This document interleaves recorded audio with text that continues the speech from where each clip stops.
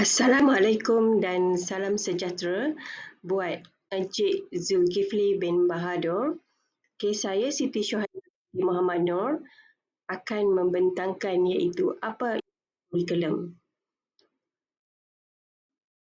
Pengenalan kepada kurikulum merupakan rancangan pendidikan dan susunan pengajaran yang dikendalikan oleh sesebuah sekolah atau institusi pendidikan untuk mencapai matlamat atau objektif dalam sesuatu sistem pendidikan.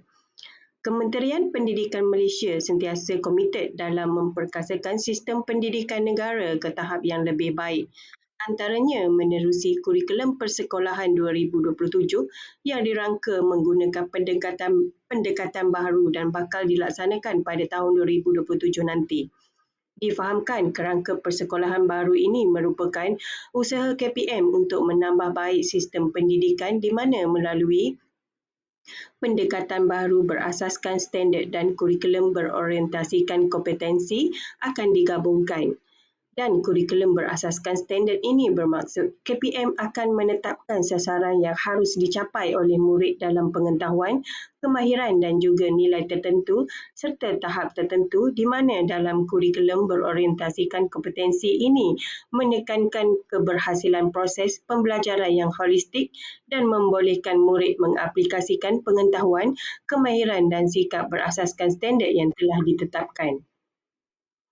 Terdapat 3 bentuk kurikulum pendidikan iaitu kurikulum formal, kurikulum tidak formal dan kurikulum tersembunyi. Kurikulum formal merupakan kandungan rasmi seperti penggunaan buku teks bagi setiap mata pelajaran yang digunakan guru untuk mengajar dalam bilik darjah mengikut jadual pembelajaran yang sudah ditetapkan oleh sekolah.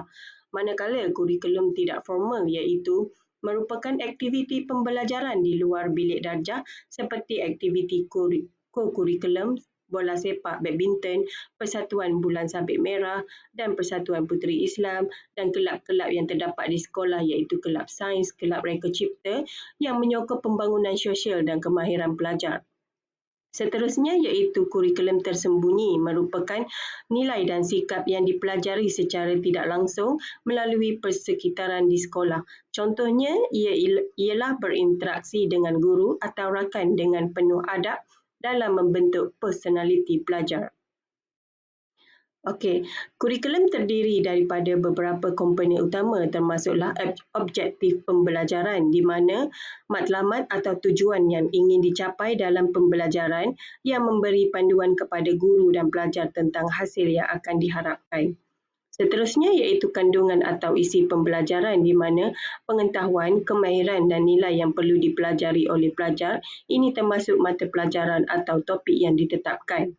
Seterusnya iaitu strategi dan kaedah pengajaran di mana kaedah yang digunakan oleh guru untuk menyampaikan kandungan dan membimbing pembelajaran pelajar termasuk seperti kaedah pembelajaran berasaskan projek, pembelajaran kolaboratif atau pendekatan lain.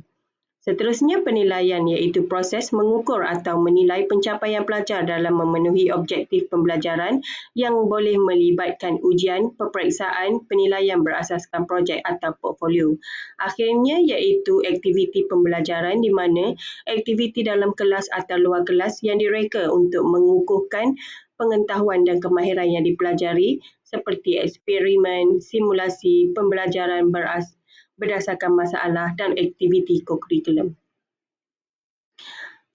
Kurikulum dan kemenjadian murid iaitu berkaitan dalam usaha mencapai matlamat pendidikan yang komprehensif. Kemenjadian murid merujuk kepada pencapaian hasil pembelajaran yang diinginkan di mana murid bukan sahaja memiliki pengetahuan tetapi juga perkembangan kemahiran, nilai dan karakter yang diharapkan. Kurikulum merupakan asas kepada proses pendidikan dalam menentukan bentuk dan arah perkembangan murid dengan menetapkan keperluan pembelajaran sebagaimana ia diajar dan bagaimana hasilnya akan dinilai. Berikut adalah hubungan antara kurikulum dan kemenjadian murid serta cara kurikulum mempengaruhi perkembangan murid iaitu pembangunan holistik murid, pembelajaran abad ke-21, pembangunan nilai dan etika, keempat, meningkatkan literasi digital dan teknologi, kelima, pembelajaran berpusatkan murid dan penemuan kendiri. Keenam, penyediaan untuk kecemerlangan akademik dan profesional. Ketujuh, pembangunan diri dan sosial. Seterusnya, cadangan kurikulum kebangsaan. Pertama iaitu kurikulum berasaskan kemahiran abad ke-21 iaitu menyediakan modul yang menekankan kemahiran berfikir kritis, kreativiti, komunikasi dan kolaborasi. Aktiviti pembelajaran yang berasaskan projek dapat memberi peluang kepada pelajar untuk meneroka dan menyelesaikan masalah secara kreatif. Memasukkan pembelajaran tentang literasi digital, pengaturcaraan dan penggunaan teknologi dalam kehidupan seharian. Subjek baru seperti teknologi maklumat dan komunikasi (ICT) boleh diperkenalkan dengan penekanan kepada kemahiran teknikal dan keselamatan cyber. Seterusnya, pendidikan alam sekitar dan kelestarian. Mengintegrasikan pendidikan alam sekitar dalam semua subjek dan memperkenalkan subjek khusus yang menekankan kepentingan kelestarian dan tanggungjawab terhadap alam sekitar. Contohnya, kempen pembersihan alam sekitar dan projek berkebun di sekolah.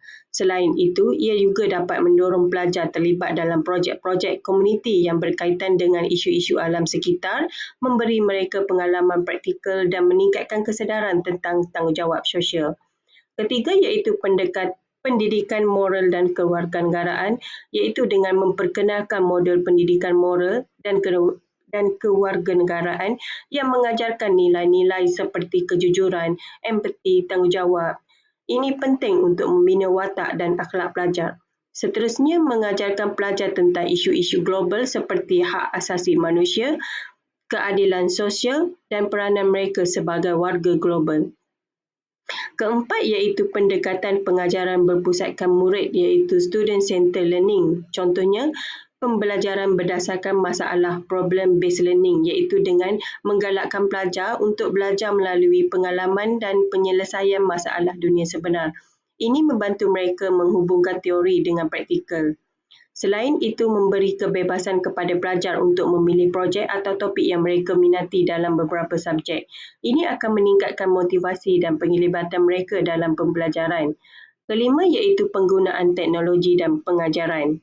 Dalam pengajaran, menggunakan platform e-pembelajaran, aplikasi pendidikan dan alat pembelajaran digital untuk meningkatkan pengalaman pembelajaran. Ini juga termasuk penggunaan video, penggunaan podcast dan sumber dalam talian untuk mendalami subjek tertentu. Keenam iaitu penilaian autentik dan berterusan di mana menggantikan peperiksaan tradisional dengan penilaian berbentuk projek, pembentangan dan portfolio untuk mengukur kemahiran dan pengetahuan pelajar secara holistik. Menyediakan maklum balas yang konsisten dan konstruktif untuk membantu pelajar memperbaiki diri dan mencapai potensi mereka. Seterusnya, ketujuh iaitu pendidikan jasmani dan kesihatan, menekankan kepentingan gaya hidup sihat melalui pendidikan jasmani yang teratur dan aktiviti luar. Modul tentang pemakanan, kesihatan mental dan pengurusan tekanan perlu diintegrasikan. Menggalakkan penyertaan dalam aktiviti sukan, aktiviti luar dan program kesihatan mental untuk membina kesejahteraan fizikal dan mental pelajar. Akhirnya iaitu pendidikan berbasis inovasi dan keusahawanan. Memperkenalkan pendidikan keusahawanan sejak peringkat awal termasuklah pengajaran tentang pengurusan keuangan, perancangan perniagaan dan inovasi. Ini akan membantu pelajar memahami dunia perniagaan dan memberi mereka kemahiran untuk menjadi usahawan di masa hadapan. Menggalakkan pelajar untuk mencipta dan mengembangkan idea-idea baru melalui projek inovasi yang dapat memberikan mereka pengalaman praktikal dan menggalakkan pemikiran kreatif. Secara kesimpulannya, kurikulum pendidikan memainkan peranan penting dalam memastikan bahawa sistem pendidikan memenuhi matlamat untuk menyediakan pelajar yang bersedia untuk hidup dalam masyarakat dan mencapai aspirasi pembangunan negara. Kurikulum yang dirancang dengan baik akan dapat melahirkan pelajar yang bukan sahaja berpengetahuan tetapi juga berkemahiran, beretika dan bersedia untuk menghadapi cabaran pada era masa kini. Selain itu, kurikulum yang disusun dengan baik merupakan asas kemenjadian murid yang holistik serta membentuk pelajar yang berpengetahuan, berkemahiran serta beretika. Sehubungan itu, kurikulum yang fleksibel, inklusif dan sesuai dengan keperluan masa kini akan membantu melahirkan murid yang bersedia untuk berkhidmat kepada masyarakat dan seterusnya menyumbang kepada pembangunan negara dan dapat bersaing di peringkat global. Sekian, terima kasih.